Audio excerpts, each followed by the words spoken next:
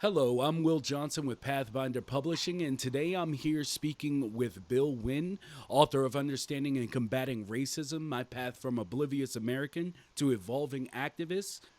All right, I'm going to take you back through a little bit of history, back towards more your time than mine, I guess I should say. But Probably.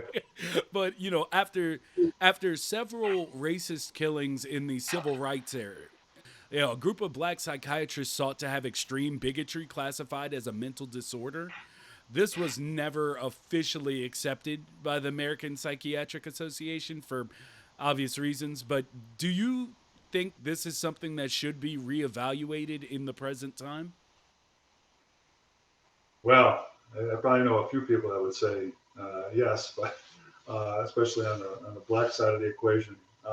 It's an interesting question. However, uh, I believe extreme bigotry encompasses, unfortunately, too many, primarily white people. Um, I would say I'm not saying most, I'm saying too many, and it's so entrenched that the psychiatric offices across the country would be overflowing. I mean, that may be an extreme way of stating responding, but I just don't think it's possible. And who would attempt to identify and diagnose in the first place? The police? That simply is not going to happen. And, Yeah. and should, since it harkens the Nazi Germany, to talk about history, past by labeling the Jewish population in untruths, atrocious terms, and much worse, as we know. Um, Also, it wouldn't be representative of what I've come to realize and know about blacks and black spirituality and more.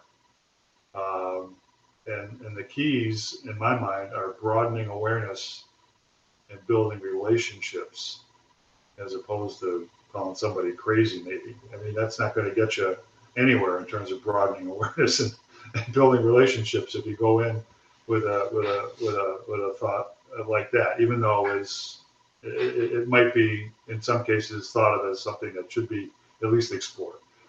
I would go the other way and say there's a program. I think I mentioned it in another question set, but the Sacred Conversations that I was a part of two or three and was trained to be a facilitator, and it's referenced in the memoir.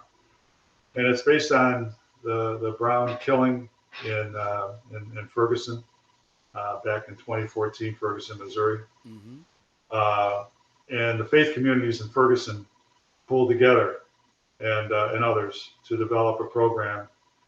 I believe it was called Sacred Conversations on Race, and that's what this program is called here in Rochester, um, where a black faith community and a white faith community, say a dozen to 15 each, get together over several sessions and begin to have conversation.